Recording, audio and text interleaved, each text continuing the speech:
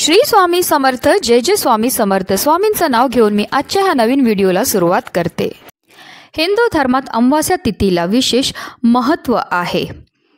पितरांचा आशीर्वाद मिळवण्यासाठी अमावास्या तिथी अत्यंत शुभ मानली जाते। पितरांना प्रसन्न करायचं असेल तर अमावास्या तिथीला पितरांची पूजाही केली जाते। असं केल्याने आपले पितर आपल्यावर प्रसन्न होतात आणि आपल्या जीवनामध्ये सुख समृद्धी वाढते।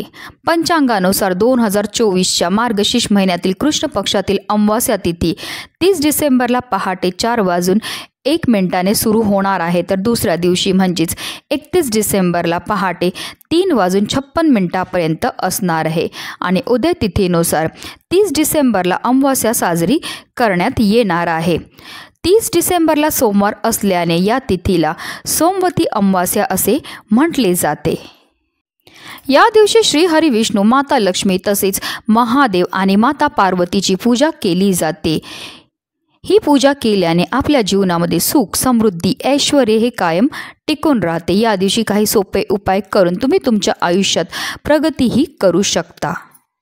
आणि म्हणूनच सोमवती अमावास्येच्या दिवशी आपल्याला पिंपळाच्या झाडाला ही एक वस्तू अर्पण करायची। ही वस्तू अर्पण केल्यामुळे आपल्याला प्रत्येक कामामध्ये यश तर मिळणारच आहे, पण आपली कितीही कठीणातील कठीण इच्छा ही सुद्धा पूर्ण होणार आहे। अतिशय प्रभावी असा हा उपाय आहे, ज्याबद्दल सविस्तर आणि महत्त्वाची माहिती मी तुम्हाला या व्हिडिओमध्ये देणार आहे, म्हणून व्हिडिओ पूर्ण पहा। आणि जर तुम्ही माझ्या चॅनलवर नवीन असतील तर चॅनलला सबस्क्राईब करा आणि शेजारी बेल आयकॉनसुद्धा प्रेस करा, जेणेकरून तुम्हाला माझ्या नवनवीन व्हिडिओचं नोटिफिकेशन हे मिळत राहील आणि तुम्ही एक पण व्हिडिओ मिस करणार नाही। कमेंटमध्ये हर हर महादेव लिहायला अजिबात विसरू नका।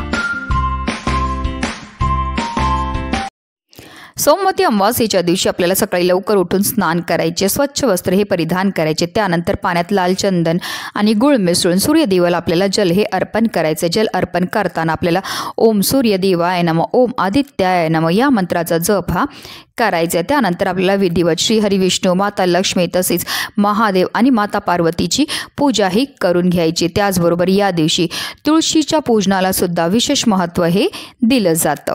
सोमवती अमावास्येच्या दिवशी आपल्याला काही छोटे छोटे उपाय जे ते सकाळीच करायचे आहेत। आपला मुख्य प्रवेशद्वार जो आहे तो स्वच्छ पुसून घ्यायचा आहे, तसेच आपल्याला उंबरठ्यावर आवर्जून हळदीचं लेपन हे करायचं आहे। तसेच आपल्या उंबरठ्यावर आपल्याला पाणी शिंपडायचं आहे।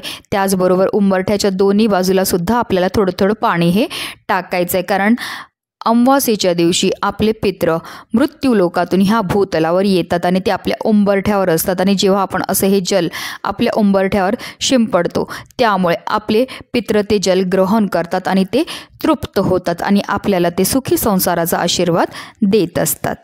हिंदू धर्मात पिंपळाचे झाड अत्यंत पवित्र मानले जाते। पिंपळाच्या झाडाला ब्रह्मा, विष्णू आणि महेश या त्रिदेवांचं निवासस्थान असल्याचे म्हटले जाते। धार्मिक मान्यतानुसार पिंपळ वृक्ष हे भगवान विष्णूंचे दुसरे रूप मानले गेले आहे। या झाडाला श्रेष्ठ देव वृक्ष अशी उपाधी मिळाली आहे। पद्मपुराणात सांगितलं आहे की जे पिंपळाच्या झाडाला नमस्कार करतात आणि त्याची प्रदक्षिणा करतात त्यांना दीर्घायुष्य मिळते। तसेच पिंपळाच्या झाडाला जल अर्पण करणाऱ्याची या जगात केलेली सर्व पापे नष्ट होतात आणि मृत्यू पश्चात त्यांना स्वर्गाची प्राप्ती होते।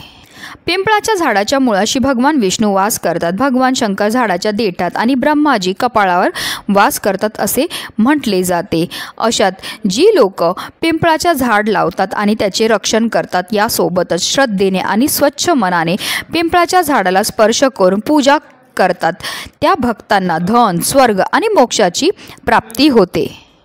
तसेच पिंपळाच्या झाडामध्ये आपल्या पितरांचा वास असतो। याशिवाय सर्व तीर्थक्षेत्रांचा त्यात समावेश आहे। याच कारणामुळे ज्यांना तीर्थक्षेत्रात पूजा होत नाही ते पिंपळाच्या झाडाखाली विधी करतात।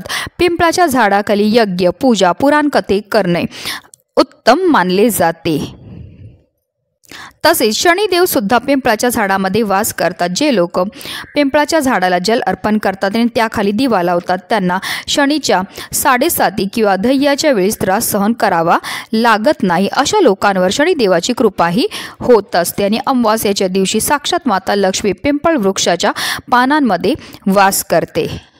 आणि म्हणूनच सोमवती अमावास्येच्या दिवशी आपल्याला पिंपळ वृक्षाची पूजा आणि सेवा ही करायचे। पिंपळ वृक्षाजवळ जाताना आपल्याला एक तांब्याभर पाणी घ्यायचं, त्या पाण्यामध्ये आपल्याला एक खडा जो आहे गुळाचा टाकायचा, तसेच आपल्याला चिमूटभर काळे तीळ टाकायचे, त्याचबरोबर आपल्याला एक चमचाभर गाईचं कच्चं दूधसुद्धा टाकायचं आहे।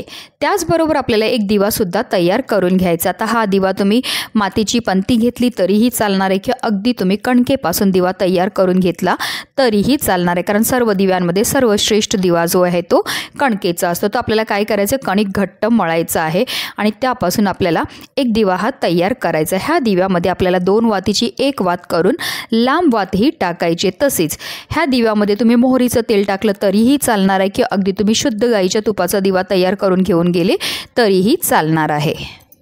त्याचबरोबर आपल्याला 1 वाटीभर काळे तीळ, तसेच हळद, कुंकू, अक्षदा, धूपदीप, अगरबत्ती घेऊन आपल्याला जायचे आपल्या घराजवळ असणाऱ्या पिंपळ वृक्षाजवळ। पिंपळ वृक्षाजवळ गेल्यावर आपल्याला सर्वप्रथम दिवा हा प्रज्वलित करायचा। दिवा डायरेक्ट जमिनीवर ठेवू नका, फुलांचं आसन द्या, किंवा तुम्ही अगदी तांदळाचं आसन दिलं तरीही चालणार आहे। त्यानंतर जे आपण जल घेऊन गेलेले आहेत ते आपल्याला एक धारेने पिंपळ वृक्षाच्या मुळांना अर्पण करायचे। जल अर्पण करताना निरंतर आपल्याला ओम पितृदेवाय नमः किंवा ओम नमो भगवते वासुदेवाय या प्रभावी मंत्राचा जप हा करायचा आहे।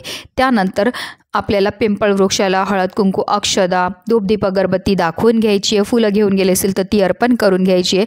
त्यानंतर आपण जे वाटीमध्ये काळे तीळ घेतलेले होते ते आपल्या उजव्या हातामध्ये आपल्याला घ्यायचे आहेत आणि आपल्याला आपल्या पितरांचं स्मरण करायचं आहे आणि आपल्याला ओम पितृदेवाय नमः या मंत्राचा जप करत करत हे जे काळे तीळ आहेत ते सुद्धा आपल्याला पिंपळ वृक्षाच्या मुळांना अर्पण करायचे आहेत। त्यानंतर आपल्याला पिंपळ वृक्षाला 7 प्रदक्षिणा ह्या करायच्यात। प्रदक्षिणा करताना निरंतर आपल्याला ओम नमो भगवते वासुदेवाय या प्रभावी मंत्राचा जप हा करायचा आहे। 7 प्रदक्षिणा करून झाल्यानंतर आपल्याला पिंपळ वृक्षाला आपला उजवा हात स्पर्श करायचा आणि आपल्या मनातली इच्छाही बोलायची आहे। श्रीहरी विष्णू, माता लक्ष्मी तसेच आपल्या पितरांचं स्मरण करून आपल्या मनातली जी पण इच्छा असेल ती आपल्याला मनोभावे बोलायची आहे। सोमवती अमावास्येच्या दिवशी पिंपळाच्या झाडाची पूजा आणि सेवा करण्याला विशेष महत्त्व हे दिलं जातं।